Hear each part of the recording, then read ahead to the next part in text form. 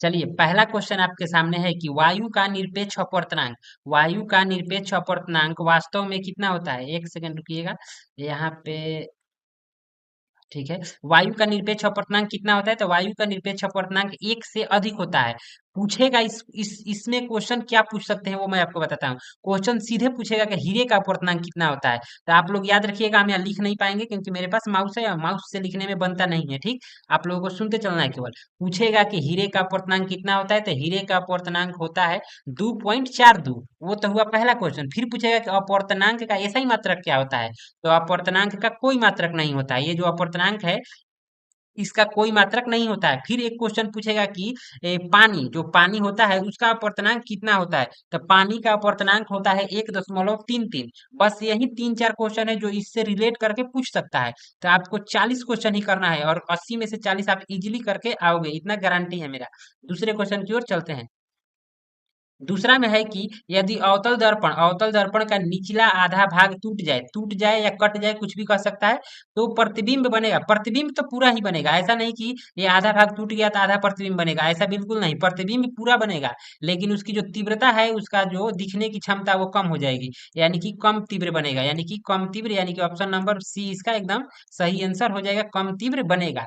आगे है 3 number question में कि, और इसमें 2 नंबर में और क्या पूछ सकता है या मैं आपको बता रहा हूँ। अवतल दर्पण है, इस दर्पण में अ लगा हुआ है, जिस दर्पण में या जिस लेंस में अ लग जाए उसकी फोकस दूरी, वक्रता, त्रिज्या सब माइनस होता है, यानी कि अवतल दर्पण की फोकस दूरी क्या होती है? तो ऋणात्मक, यानी माइनस। फिर पूछेगा अवतल लेंस की क्या होती है? तो वो भी माइनस। जिसमें अ लग जाए उसका माइनस, और वहीं पूछ दे उत्तल दर्पण में, तो उत्तल दर्पण की फोकस दूरी प्लस, उत्तल दर्पण की वक्रता त्रिज्या भी प्लस। और पूछ दे उत्तल लेंस में, तो लेंस में भी उत्तल अगर है तो प्लस, और लग गया तो माइनस। बस ये दिमाग में आपको रख लेना है। ठीक, आगे है 3 नंबर कि नेत्र में प्रवेश करने वाली प्रकाश किरणों का अधिकांश अपवर्तन होता है, मतलब अधिकांश अपवर्तन कहाँ से होता है? तो ये होता है दृष्टिपटल से। दृष्टिपटल यानी दृष्टिपटल के बाहरी पृष्ठ से होता है, दृष्टिपटल के बाहरी पृष्ठ से। ऑप्शन नंबर सी हो जाएगा सही।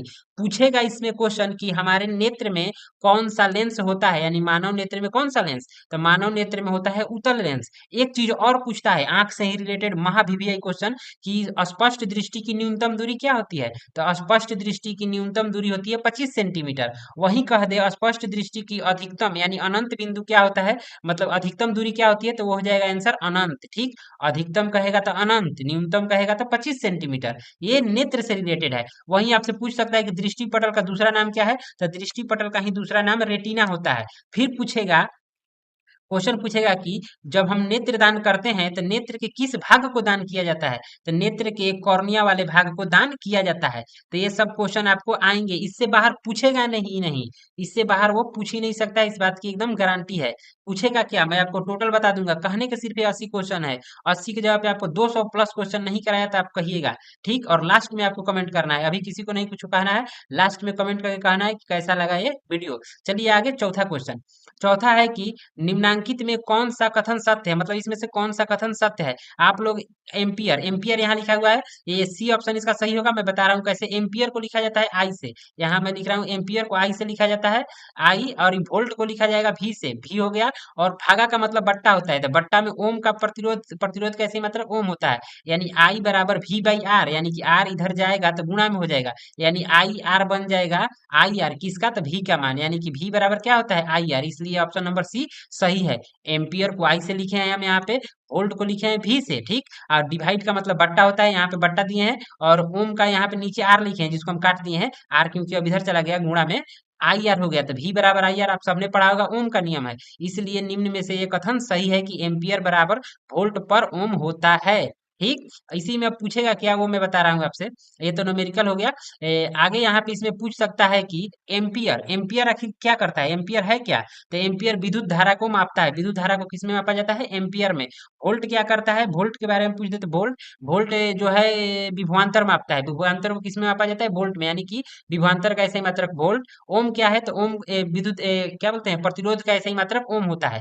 प्रतिरोध का ऐसा ही मात्रक ओम, विभवांतर का ऐसा ही मात्रक वोल्ट, विद्युत धारा को एम्पियर द्वारा, विद्युत धारा का ऐसा ही मात्रक एम्पियर। ठीक, विद्युत धारा का ऐसा ही मात्रक, तो ये सब ऐसा ही मात्रक से ही रिलेटेड है। इन सबको देख के जाइएगा। आगे है 5 नंबर।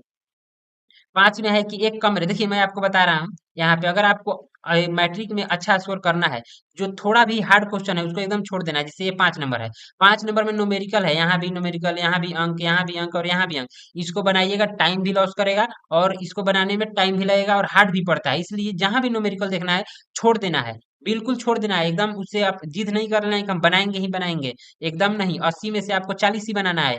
खुद वो एग्जामिनर कह रहा है कि आप 40 सिर्फ बनाओ, तो आप क्यों जिद पे हो? जिद नहीं करना है, हार्ड क्वेश्चन को एकदम छोड़ देना है। जैसे कि ये सब हार्ड क्वेश्चन होते हैं, तो इनको एकदम छोड़ के आगे बढ़ जाना है, इजी इजी क्वेश्चन बनाना है। आगे है 6 नंबर में कि प्रकाश का न्यूनतम तरंग दैर्घ्य है। प्रकाश का न्यूनतम तरंग दैर्घ्य कितना होता है? तो प्रकाश का न्यूनतम तरंग दैर्घ्य होता है 380 एनएम, का मतलब होता है नैनोमीटर। ठीक। अब इसमें पूछेगा कि किस रंग का तरंग दैर्घ्य सबसे कम होता है, तो ये होता है बैगनी का। बैगनी सबसे नीचे रहता है, यानी बैगनी का तरंग दैर्घ्य सबसे कम होता है, और बैगनी का होता है 380 से लेकर 450 के बीच में। 380 से 450 के बीच में होता है, तो वही इसका आंसर हो जाएगा 380 नैनोमीटर। पूछेगा कि किस रंग का तरंग दैर्घ्य सबसे अधिक होता है, और आप लिख के रख लीजिए, यही सब पूछेगा, जो बोल रहा हूँ वही पूछेगा। ठीक। पूछेगा किस रंग का तरंग दैर्घ्य सबसे अधिक होता है, तो लाल रंग का तरंग दैर्घ्य सबसे अधिक होता है। फिर पूछेगा खतरे के संकेत के रूप में किस कलर का उपयोग किया जाता है? लाल रंग का। लाल रंग का उपयोग किया जाता है, ये सब याद रखना है। ठीक।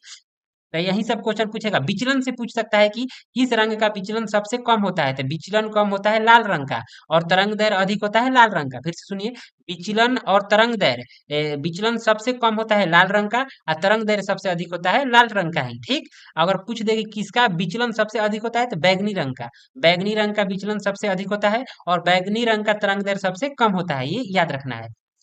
आगे है 7 नंबर में कि यदि कोई प्रतिरोध समानांतर हो, समानांतर यानी समानांतर क्रम को ही पार्श्व क्रम भी कहा जाता है। समानांतर को पार्श्व क्रम भी लिख सकता है, कंफ्यूज नहीं होना है। कहेगा कि यदि कोई प्रतिरोध समानांतर हो तो उसका समतुल्य प्रतिरोध होगा, मतलब अगर समानांतर क्रम में हमने प्रतिरोधों को जोड़ा है, तो जो हमको समतुल्य प्रतिरोध मिलेगा वो कैसा मिलेगा, तो वो हमेशा ही कम मिलेगा, हमेशा कम, यानी प्रत्येक प्रतिरोध से कम मिलेगा। Option number B. आप लोग एक बात याद रखना कि अगर हमको अधिक प्रतिरोध प्राप्त करना है, अधिक प्राप्त करना है, जैसे यहाँ पे अधिक दिया है, अधिक अगर आपको प्राप्त करना है तो श्रेणी में जोड़ना पड़ेगा, और समानांतर में जोड़ेंगे यहाँ समानांतर में, तो ये हमको कम प्राप्त होगा। ये चीज को याद रखना है। श्रेणी में अधिक से अधिक प्रतिरोध प्राप्त होता है, और समानांतर में अधिक से कम प्रतिरोध प्राप्त होता है। ठीक। आगे चलेंगे 8वां क्वेश्चन की ओर, जो कि अगले पेज पे है।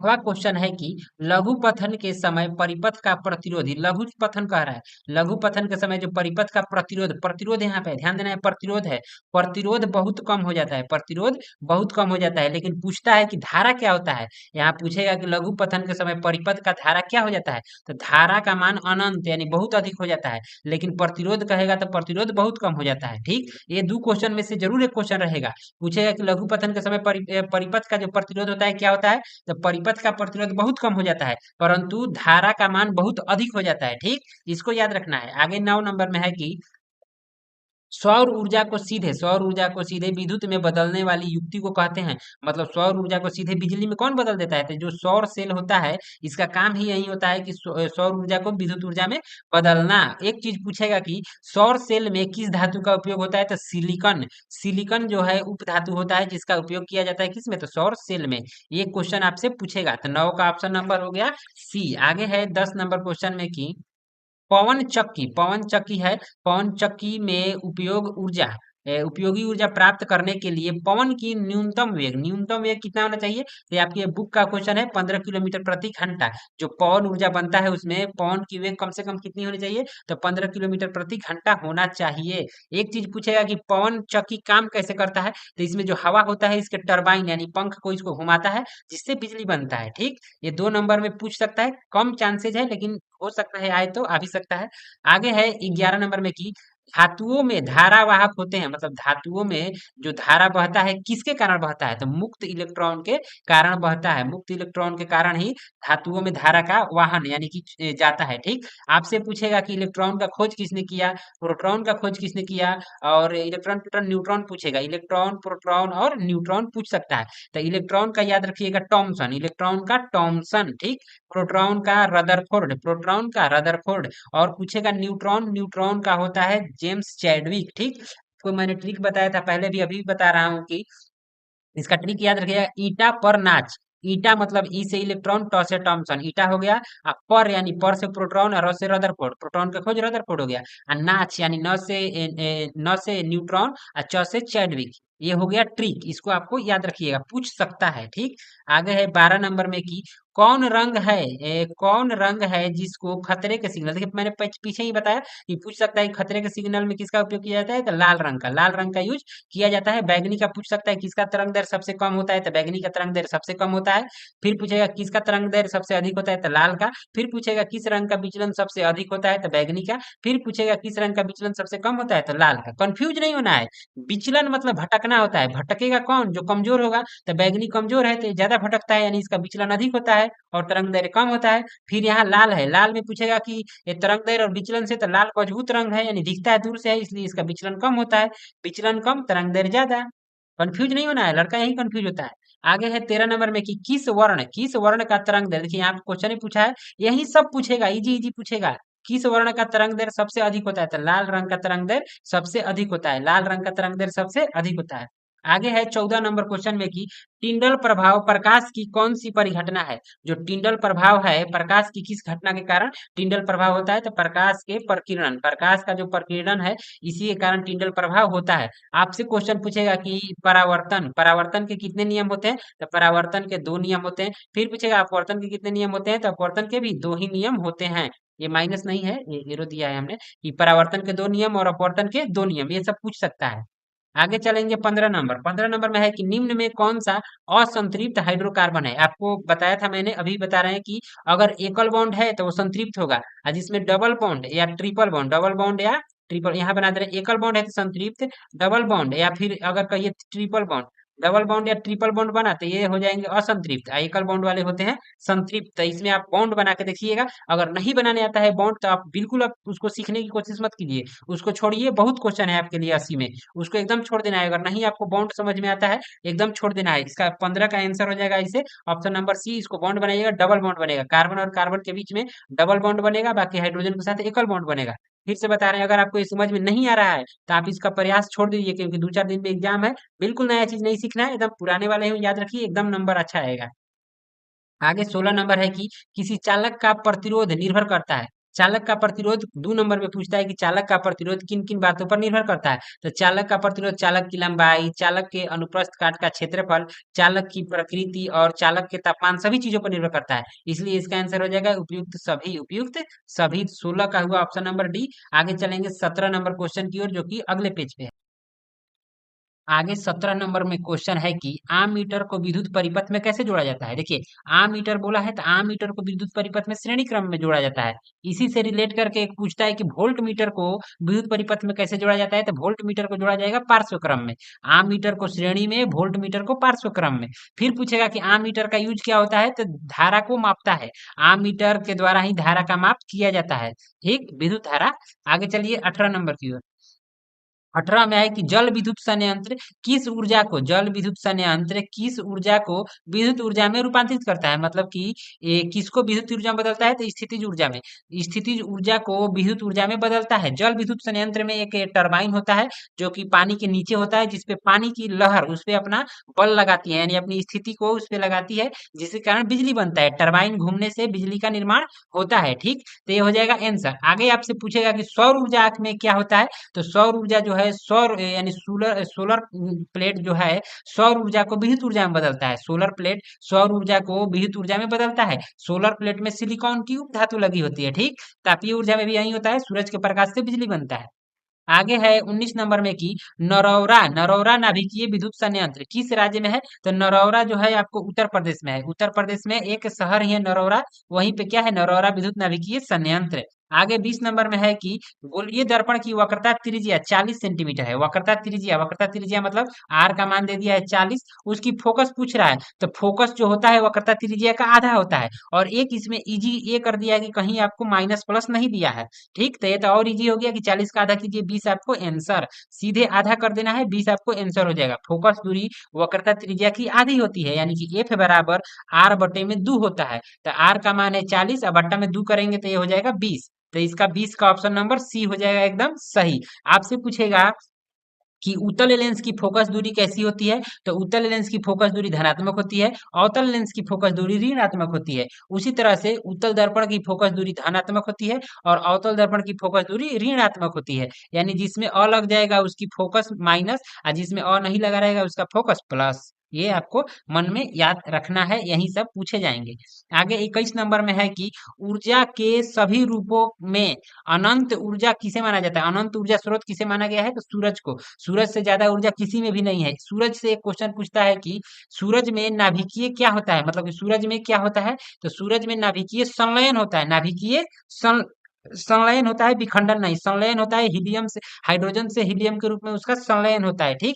विखंडन होता है परमाणु बम में, परमाणु बम में विखंडन होता है और सूरज में नाभिकीय संलयन होता है। ये चीज को याद रखना है।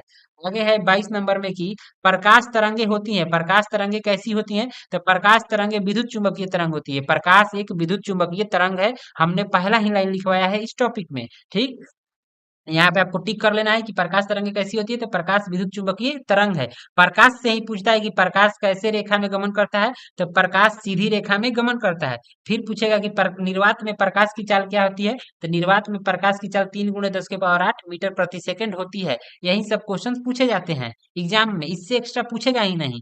23 है कि निम्नलिखित में कौन बुझा हुआ चूना है। देखिए यहाँ पे बुझा हुआ है, लड़का हरदम कंफ्यूज रहता है कि कौन बुझा हुआ चूने का सूत्र है और कौन नॉर्मल चूना का सूत्र है। तो CaO जब कहेगा तो ये तो नॉर्मल चूना का सूत्र हो गया। और जिसमें HO लग गया, HO यानी पानी का आपको सूत्र पता होगा, HO2 होता है। H2O, अरे हम क्या बोल रहे हैं, पानी का सूत्र H2O होता है, आपको याद रखना होगा, बोला गया है गलती से। पानी का सूत्र H2O होता है, यानी कि H और O उसमें यूज होता है। तो आपको देखना है जिस सूत्र में H और O लग जाए वो बुझा हुआ होगा, यानी उसमें बुझेगा कब, जब पानी डालेंगे तो बुझेगा। यानी बुझा हुआ चूने का सूत्र कौन होगा, CaOH का होल ट्वाइस। ये आप इसको याद रखिएगा, ठीक।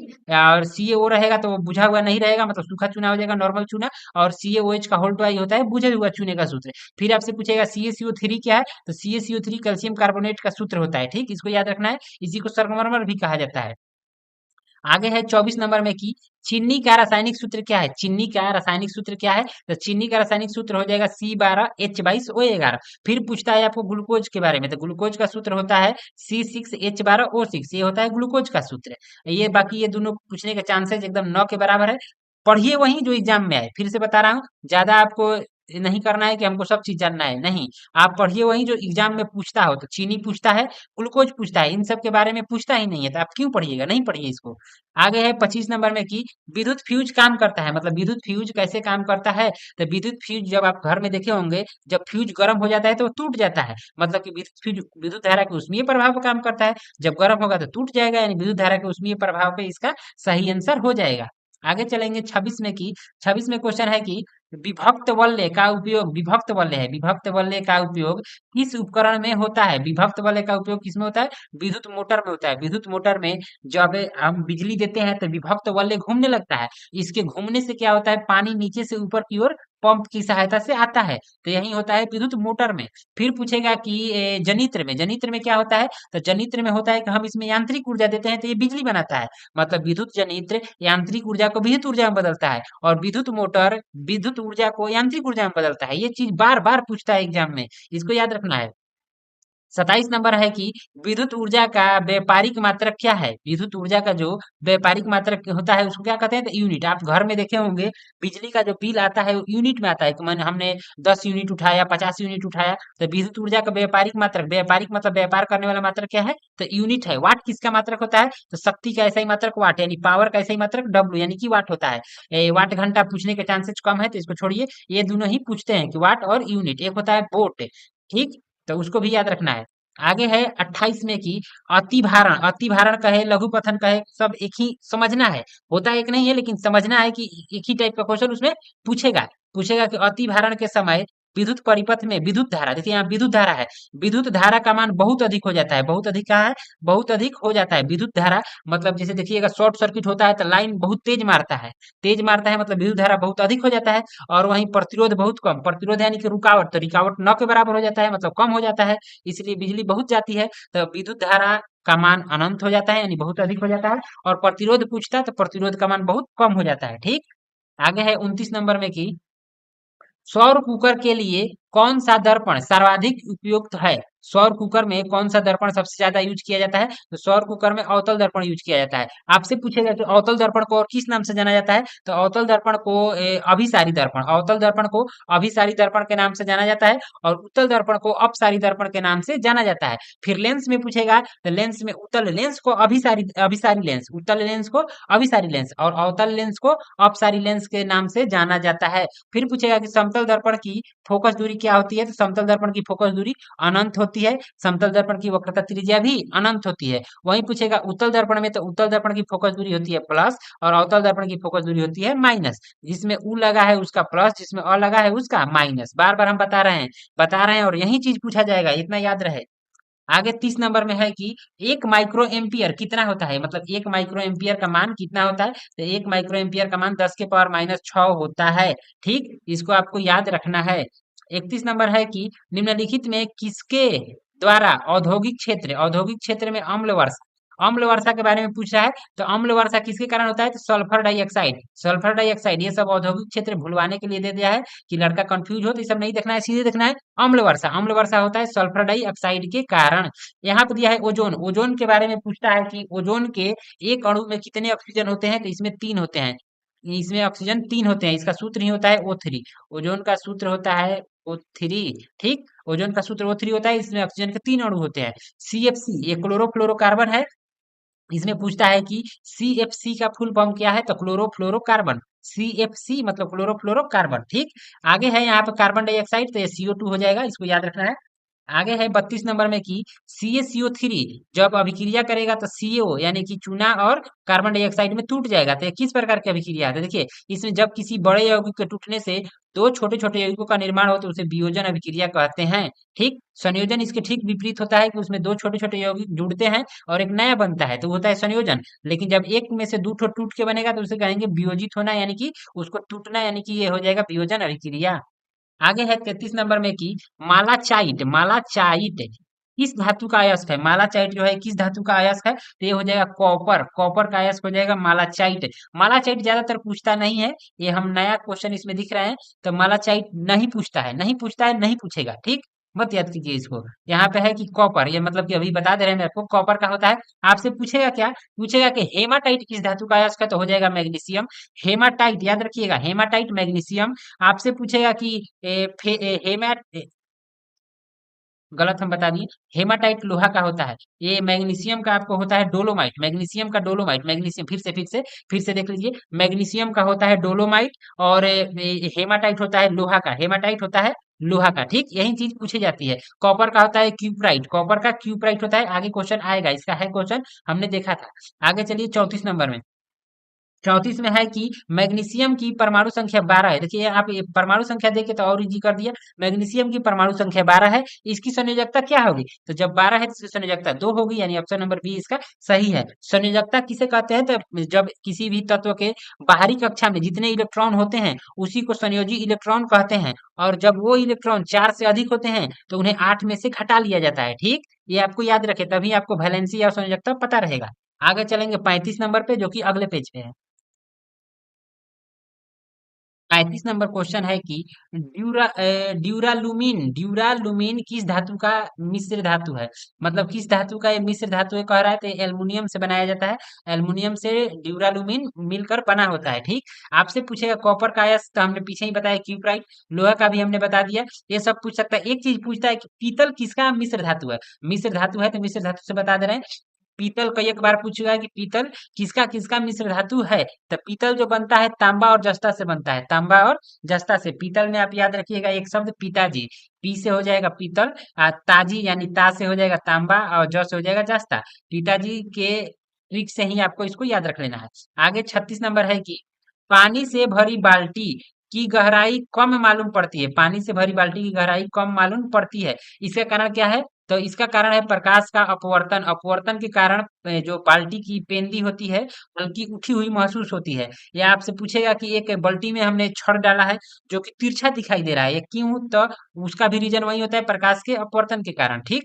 तो इसको आपको याद रख के जाना है। फिर आपसे पूछेगा कि बाल्टी में सिक्का डाला गया है, सिक्का उठा हुआ दिखाई दे, या फिर पूछे कि सूर्योदय और सूर्यास्त से पहले ही हमें सूर्य दिखाई देने लगता है। कुछ भी कहे वो होगा वायुमंडलीय अपवर्तन, यानी प्रकाश का अपवर्तन के कारण ये सब होता है। आगे चलेंगे 37 नंबर में कि कठोर जल को मृदु बनाने के लिए सोडियम के किस यौगिक का उपयोग किया जाता है? तो सोडियम के Na2CO3 का उपयोग किया जाता है, यानी कि सोडियम सोडियम कार्बोनेट का उपयोग इसमें किया जाता है। आपसे पूछेगा कि NaOH क्या है? तो सोडियम हाइड्रा ऑक्साइड है। NaOH का मतलब होता है सोडियम हाइड्रा ऑक्साइड। NaCl क्या है? तो ये साधारण नमक है, इसको याद रखना है और ये नहीं पूछेगा, ठीक। आगे है 38 नंबर में कि कार्बन के दो अपरूप के अलावे तीसरा अपरूप कौन है? यहाँ से एक चीज आप याद रख लीजिएगा कि कार्बन के तीन अपरूप होते हैं। तीन अपरूप में पहला हो जाएगा हीरा, दूसरा हो जाएगा ग्रेफाइट, तो तीसरा आपको आंसर हो जाएगा फ्लोरीन। फ्लोरीन यानी कि 38 का ऑप्शन नंबर सी हो जाएगा एकदम सही। आगे 39 है कि भोजन का पचना किस प्रकार की अभिक्रिया है? भोजन का जो पचना है वो किस प्रकार की अभिक्रिया है? तो भोजन का पचना वियोजन अभिक्रिया का एक उदाहरण है, इसको आपको याद रख लेना है, ठीक।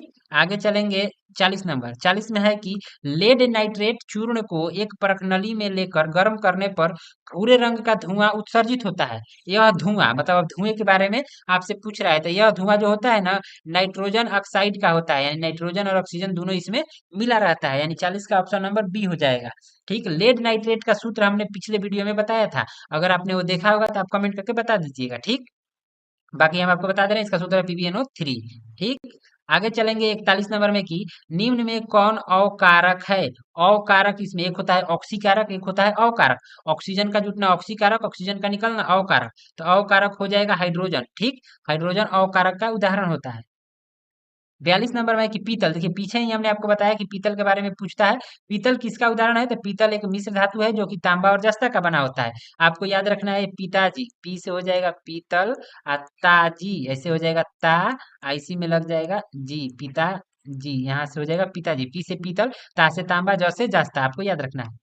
आगे 43 नंबर क्वेश्चन है कि निम्नलिखित में किस धातु पर वायु का प्रभाव नहीं पड़ता है? वायु का प्रभाव नहीं पड़ना मतलब किस पे जंग नहीं लगता है? तो सोना पे जंग नहीं लगता है, बिल्कुल नहीं लगता है सोना पर। शुद्ध सोने पर जंग नहीं लगता है, यानी कि ऑक्सीजन से अभिक्रिया नहीं करता है। और सबसे अधिक अभिक्रिया करता है सोडियम, तो इसका आंसर हो जाएगा प्रभाव नहीं पड़ता है, तो नहीं पड़ता है सोना पर, और पड़ता सबसे ज्यादा किस पे है? तो सोडियम और पोटेशियम पर। अगर ऑप्शन में पोटेशियम रहेगा तो पोटेशियम को मारेंगे, सोडियम रहेगा तो सोडियम को मारेंगे। कब? जब यहाँ पे पड़ता है कहेगा तब, लेकिन अभी नहीं है तो सोडियम हो सोना हो जाएगा।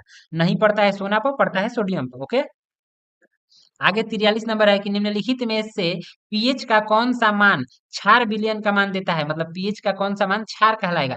तो अगर किसी विलयन का पीएच मान 7 से अधिक है तो उसे क्षारीय विलयन कहते हैं।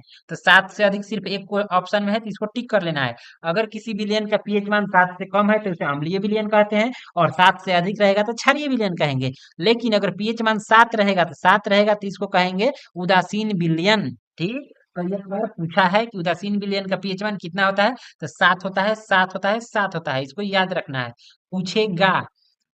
45 नंबर में है कि एक वर्ग एक के तत्व कहलाते हैं। मतलब कि वर्ग, पहले तो आप याद रखिए वर्ग कितने होते हैं, तो वर्ग होते हैं 18, वर्ग होते हैं 18 और आवर्त होते हैं 7। आवर्त सारणी में 7 आवर्त और वर्ग 18 होते हैं, ठीक। आवर्त सारणी यानी आधुनिक आवर्त सारणी का खोज हेनरी मोजले ने किया था, ठीक। इसमें अब क्वेश्चन पूछा है कि वर्ग एक के तत्व को क्या कहते हैं? तो वर्ग एक के तत्वों को क्षार धातुएं कहते हैं। यहाँ से भी क्वेश्चन पूछेगा कि धातुओं की प्रकृति कैसी होती है? तो धातुओं की प्रकृति क्षारीय होती है, और अधातुओं की प्रकृति अम्लीय होती है, ठीक। हाँ ठीक है, यहाँ पे तो आगे चलेंगे 46 नंबर। अधातु के ऑक्साइड जल में घुलकर बनाते हैं, देखिए अधातु जल में घुलकर क्या देता है ये पूछ रहा है। तो इसमें हमने अभी ही आपको बताया कि धातु क्षार देगा और अधातु अम्ल देगा। अधातु की प्रकृति अम्लीय होती है, यानी कि अम्ल प्रदान करते हैं, यानी 46 का ऑप्शन नंबर आपको हो जाएगा ए, अम्ल। फिर से सुन लीजिए, धातुओं की प्रकृति क्षार होती है और अधातु की प्रकृति अम्लीय होती है, ये क्वेश्चन पूछेगा ही पूछेगा।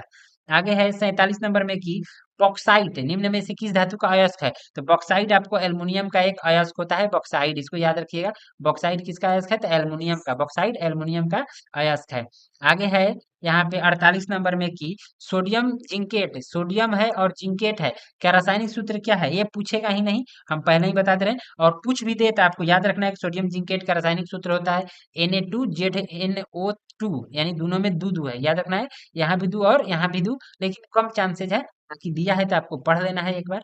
और नहीं भी याद रखिएगा तो क्या दिक्कत है, इसमें 80 क्वेश्चन है, 40 ही हमको करना है। बस ये सोच के चलना है, जो थोड़ा भी टफ लगे उसे छोड़ दो।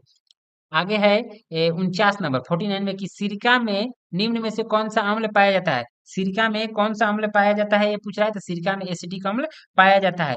पूछ देगा आपसे कि फार्मिक अम्ल किसमें पाया जाता है? तो बिच्छू के डंक में फार्मिक अम्ल पाया जाता है। फिर पूछेगा हाइड्रोक्लोरिक अम्ल कहाँ होता है? तो हमारे अमाशय, पूछता है कि हमारे अमाशय में कौन सा अम्ल? तो हमारे अमाशय यानी कि अमाशय में कौन सा अम्ल पाया जाता है? तो वो हो जाएगा हाइड्रोक्लोरिक अम्ल यानी कि HCl। HCl का पीएच मान भी पूछ देता है, तो HCl का पीएच मान 1 होता है। इसका कहीं कहीं पीएच मान 1 पॉइंट कुछ भी देता है, तो बस आपको याद रखना है कि 1 के नियरेस्ट वाला आंसर होता है, ठीक। आगे है सीएनजी। सीएनजी आपने देखा होगा, सीएनजी गाड़ी काफी चल रहा है। सीएनजी का पूरा नाम क्या है? सीएनजी का पूरा नाम क्या है? यहाँ हिंदी दे दिया है, तो हिंदी में इसका नाम होता है संपीड़ित प्राकृतिक गैस। वहीं आपसे इंग्लिश भी पूछ सकता है, तो इंग्लिश में इसे कहते हैं compressed natural gas, compressed natural gas, ठीक। हिंदी में संपीड़ित प्राकृतिक गैस। आगे 51 नंबर क्वेश्चन है कि निम्नलिखित में कौन सहसंयोजी यौगिक है? सहसंयोजी यौगिक मीथेन होता है, यानी CH4 इसका आंसर हो जाएगा। मीथेन कहाँ से प्राप्त किया जाता है? तो मीथेन प्राप्त किया जाता है धान के खेतों से, धान के खेत में मीथेन गैस निकलती है। आपसे क्वेश्चन पूछता है कि धान के खेतों से कौन सी गैस निकलती है? तो आंसर होगा मीथेन गैस निकलती है, ठीक। आगे है 52 नंबर।